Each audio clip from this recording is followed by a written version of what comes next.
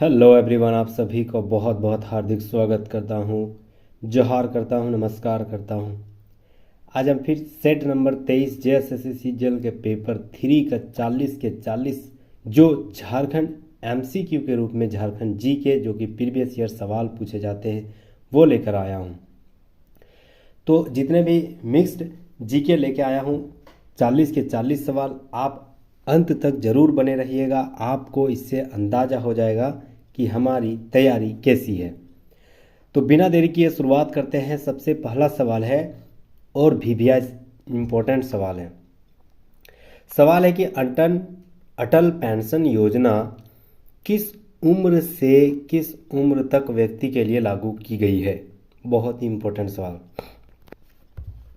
तो याद रखना है, अटल पेंशन योजना 18 साल से 40 साल तक के उम्र के व्यक्तियों यानी महिला और पुरुष दोनों के लिए यह योजना की शुरुआत का लाभ मिलने का मौका मिलता है। ठीक है, कितना उम्र से? 18 से 40 साल के उम्र के बीच वाले। दूसरा सवाल, इंपॉर्टेंट सवाल है कि सूरजकुंड झारखंड के किस जिले में स्थित है। याद रखना है, सूरजकुंड जो जलप्रपात है सबसे गर्म जलप्रपात, लगभग 88 डिग्री सेंटीग्रेड यहाँ पर इसकी डिग्री पाई जाती है और भारत की ही सबसे गर्म जलकुंड है यह सूरज जलकुंड। ठीक है, कहाँ है? तो झारखंड के हजारीबाग जिले में स्थित है। Option number A right answer हो जाएगा, हजारीबाग। नेक्स्ट सवाल है कि स्वर्ण रेखा परियोजना कितने राज्यों की परियोजना है। तो याद रखना है, स्वर्ण रेखा जो परियोजना है वह 4 राज्यों से मिलकर बनी परियोजनाएं हैं। 4 राज्यों से मिलकर बनी परियोजना है। सॉरी, 4 नहीं होगी, 3 होगी। कौन कौन सा? एक तो झारखंड होगा, दूसरा वेस्ट बंगाल होगा, तीसरा उड़ीसा होगा। 3 राज्यों से, सॉरी 3 राज्यों से। Option number B right answer हो जाएगा, 3 राज्यों से। नेक्स्ट सवाल आते हैं, झारखंड में पंचायत समिति का सर्व प्रमुख अधिकारी कौन होता है। तो याद रखना, झारखंड में पंचायत समिति का सर्व प्रमुख अधिकारी प्रमुख होते हैं। ठीक है, प्रखंड का एक प्रमुख होता है जिसे अप्रत्यक्ष रूप से चुनाव किया जाता है। ठीक है, नेक्स्ट सवाल आते हैं। नेक्स्ट सवाल 5वां नंबर, महान क्रांतिकारी अरविंद घोष एवं वरिंद्र घोष ने नारायण बसु झारखंड के किस जिले के रहने वाले थे। तो याद रखना है, यह अरविंद घोष और वरिंद्र घोष यह देवघर के रहने वाले। तो option number C right answer हो जाएगा, देवघर। नेक्स्ट सवाल आते हैं, भारतीय संविधान के किस अनुच्छेद के तहत लोकसभा में अनुसूचित जाति अनुसूचित जनजाति के लिए आरक्षणों का व्यवस्था किया गया, आरक्षण दिया गया किस किसके अनुच्छेद के तहत। तो याद रखना है, बहुत इंपॉर्टेंट सवाल है यह किसके तहत। तो ऑप्शन नंबर डी 330। याद रखना है, ऑप्शन नंबर डी 330। तो सबसे पहले आता है एससी, फिर आता है एसटी और याद रखना है फिर आता है ओबीसी, है ना, ओबीसी। तो एससी कहाँ है? तो 330 अनुच्छेद में। एसटी कितना में है? तो 330 ए में है। और ओबीसी कहाँ है? तो याद रखना है 330 के बी में है। ठीक है, याद रखना है, एससी 330, एसटी 330 ए और ओबीसी 330 बी। ठीक है, एसटी जो जोड़ा गया था वह एसटी वाला जोड़ा गया था तो 89 संविधान संशोधन में जोड़ा गया था और ओबीसी वाला जोड़ा गया था, हाल ही में जोड़ा है 102वां संविधान संशोधन के द्वारा। ठीक है, तो उम्मीद करता हूँ बहुत तरीके से हम लोग जान लिए। नेक्स्ट सवाल आते हैं, स्वर्ण रेखा परियोजना का विस्तार किन किन राज्यों में। अभी हम लोग पढ़े थे, बंगाल में भी है, उड़ीसा में भी है और झारखंड, यानी तीनों राज्यों की यह बहुमूल्य परियोजना साबित होती है। नेक्स्ट सवाल आते हैं, झारखंड राज्य की उपराजधानी कहाँ है। तो ये तो सबको पता होगा, दुमका जो है झारखंड राज्य की उपराजधानी है। नेक्स्ट सवाल आते हैं, रोहतासगढ़ पर शेर खान ने कब अधिकार कर लिया था।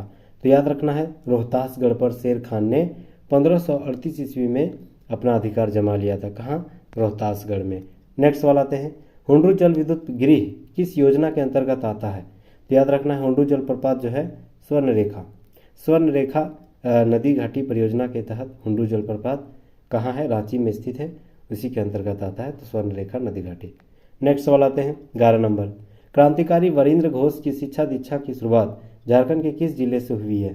तो अभी हम लोग पढ़े थे, वरिंद्र घोष कहाँ के थे? तो देवघर से संबंधित है और वहीं उसका शिक्षा दीक्षा शुरुआती हुई थी। नेक्स्ट सवाल आते हैं, भारतीय संविधान के किस अनुच्छेद के तहत राज्य की विधानसभा में अनुसूचित जाति जनजातियों के लिए स्थान का आरक्षण दिया गया।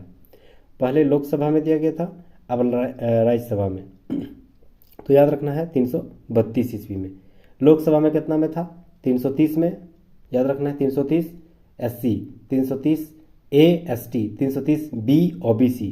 अब 332 जो अनुच्छेद है वह SC ST को आरक्षण प्रस्तुत किया गया है, लेकिन कहाँ? विधानसभा में। याद रखना है विधानसभा में 332 और लोकसभा में 330। Option number C right answer है। नेक्स्ट सवाल, वारिंद्र कुमार घोष समेत कई तरुण अधिकारियों क्रांतिकारियों ने देवघर में किस संस्था की स्थापना की थी?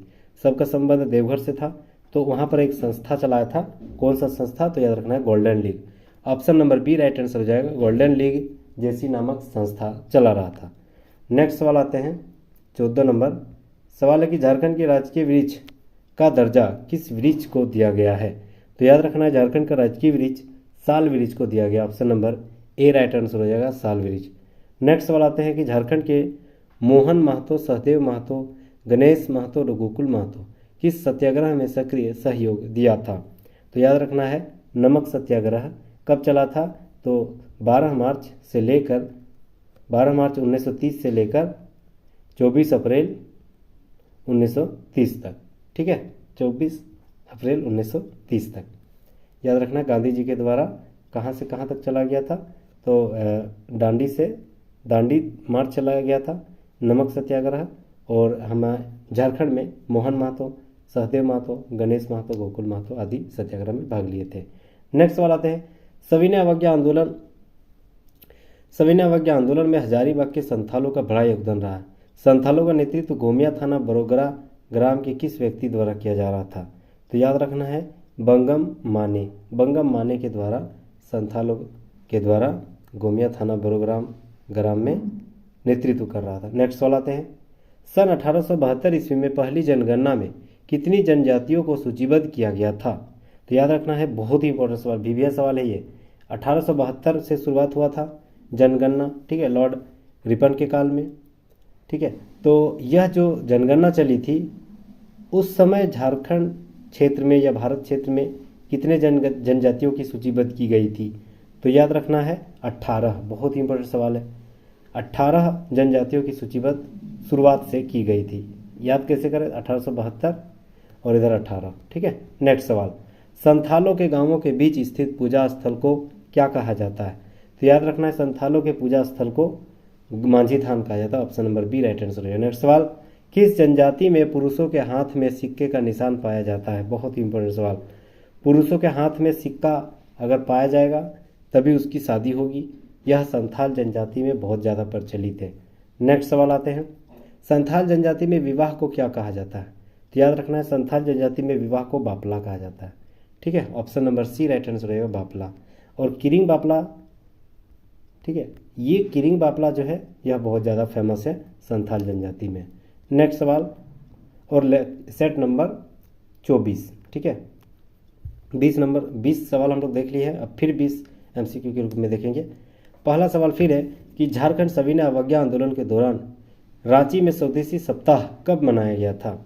याद रखना है आंदोलन जो कि मॉडर्न आधुनिक भारत के आंदोलन से बहुत ज़्यादा सवाल झारखंड जीके से भी पूछा जाता है, इसीलिए झारखंड जीके से जितने भी सवाल हैं वो क्या बोलते हैं, मतलब आंदोलन से जितने भी रिलेटेड सवाल है वो सारे सवाल में लेके आए। तो झारखंड सविनय अवज्ञा आंदोलन के दौरान रांची में स्वदेशी सप्ताह मनाया गया था। तो याद रखना है यह कब मनाया गया था? तो ऑप्शन नंबर डी यानी सितंबर 1930। ठीक है, सितंबर 1930 में यह मनाया गया था। Option number D right answer रहेगा, सितंबर 1930। नेक्स्ट सवाल आते हैं, ज़्यादातर सवाल जो है आधुनिक भारत से ही है। नेक्स्ट सवाल आते हैं कि सविनय अवज्ञा आंदोलन के दौरान डाल्टनगंज में कांग्रेस का दफ्तर बंद करवाने तथा मुठिया के रूप में एकत्रित अनाज को जब्त करने में ठाकुर भोलानाथ के सहयोग के बदले सरकार से उन्हें कौन सी पदवी मिली थी? तो याद रखना है सरकार से उन्हें कौन सी पदवी मिली थी? तो राय बहादुर की पदवी। ठीक है, राय बहादुर की पदवी मिली थी। नेक्स्ट सवाल बहुत ही इंपॉर्टेंट सवाल है कि झारखंड में आदिवासी महासभा का गठन कब हुआ था? तो याद रखना है झारखंड में आदिवासी महासभा का गठन 1938 ईस्वी में हुआ था। Option number D right answer हो जाएगा, 1938 ईस्वी में। नेक्स्ट सवाल आते हैं, आदिवासी महासभा के संस्थापक अध्यक्ष कौन था? तो याद रखना है आदिवासी महासभा के संस्थापक और अध्यक्ष थियोडोर सूरीन था। Option number C right answer हो जाएगा, थियोडोर सूरीन। नेक्स्ट सवाल आते हैं, 1928 ईस्वी में सन 1928 ईस्वी में एम्स्टर्डम ओलंपिक में हॉकी में पहला स्वर्ण पदक प्राप्त करने वाले भारतीय टीम के कप्तान कौन थे? बहुत ही इंपॉर्टेंट सवाल, जयपाल सिंह मुंडा थे। याद रखना है श्री जयपाल सिंह मुंडा थे। ठीक है, इन्होंने ही भारतीय हॉकी में स्वर्ण पदक दिलाने में, पहला स्वर्ण पदक दिलाने में बहुत बड़ी योगदान दिया था। जयपाल सिंह मुंडा उसी का कप्तान था। ठीक है सर, 1928 में जो एम्स्टर्डम ओलंपिक हुआ था वहीं पर। नेक्स्ट सवाल आते हैं कि आदिवासी महासभा के 1939 ईस्वी में संपन्न द्वितीय अधिवेशन की अध्यक्षता किसने किया था? 1938 में आदिवासी महासभा का गठन हुआ, 1939 में द्वितीय अधिवेशन हुआ, तो इसकी अध्यक्षता किसने किया था? पहला वाला थियोडोर सूरीन ने किया था, तो याद रखना है दूसरा वाला किसने किया था? जयपाल सिंह मुंडा के द्वारा किया गया था। Option number A right answer हो जाएगा, 1939 में जयपाल सिंह मुंडा, 1938 में थियोडोर सूरीन के द्वारा। नेक्स्ट सवाल आते हैं, झारखंड आंदोलन का जन्मदाता किसे माना जाता है? तो याद रखना झारखंड आंदोलन के जन्मदाता जे बार्थोलमन को माना जाता है। Option number C right answer हो जाएगा, जे बार्थोलमन। नेक्स्ट सवाल, तिलका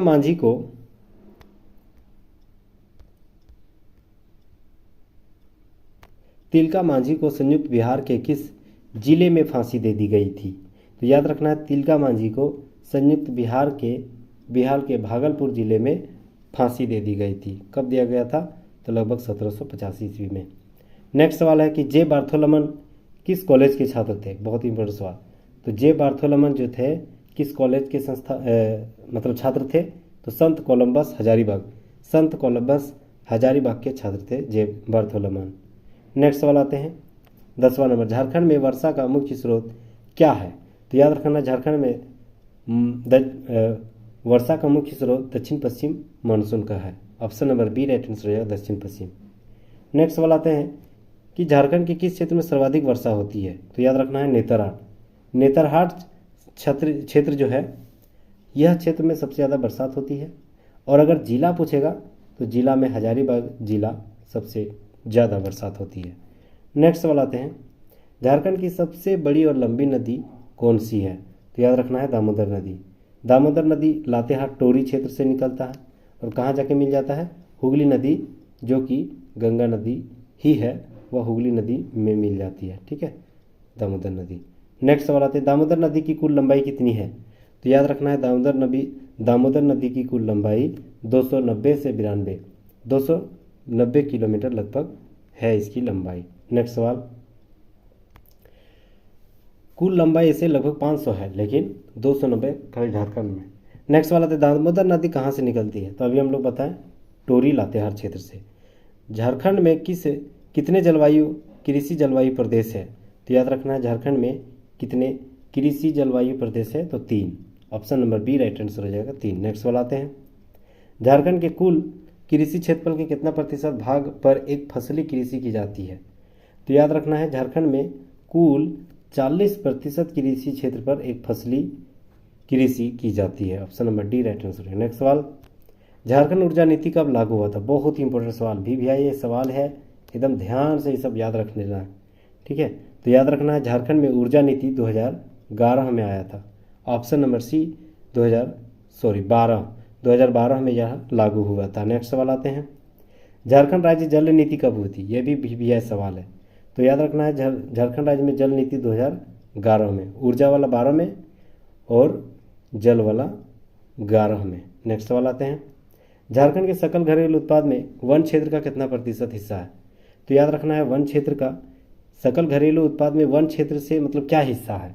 तो याद रखना है इसका हिस्सा 1.5%, 1.5% लगभग हिस्सा है। नेक्स्ट सवाल और अंतिम सवाल, झारखंड में स्वच्छ ऊर्जा के विकास के लिए झारखंड नवीनीकरण ऊर्जा विभाग का गठन किस वर्ष हुआ था? तो याद रखना है झारखंड नवीनीकरण ऊर्जा विभाग का गठन सन 2001 ईस्वी में हुआ था। Option number A right answer हो जाएगा, सन 2001 ईस्वी। तो उम्मीद करता हूँ यही तक 40 के 40 सवाल बहुत ही बेहतरीन तरीके से जो प्रीवियस ईयर सवाल हम देखे हैं वो हमें भविष्य में ज़रूर कारगर साबित होने वाली है। और ऐसे ही शानदार शानदार सवाल जो कि हमसे बने रहने के लिए प्लीज़ लाइक एंड सब्सक्राइब और बेल आइकन को ज़रूर दबा दीजिएगा, ताकि सबसे पहला हमारा नोटिफिकेशन आपके मैसेज तक पहुँचे। थैंक यू गाइज, अंत तक बने रहने के लिए बहुत बहुत शुक्रिया।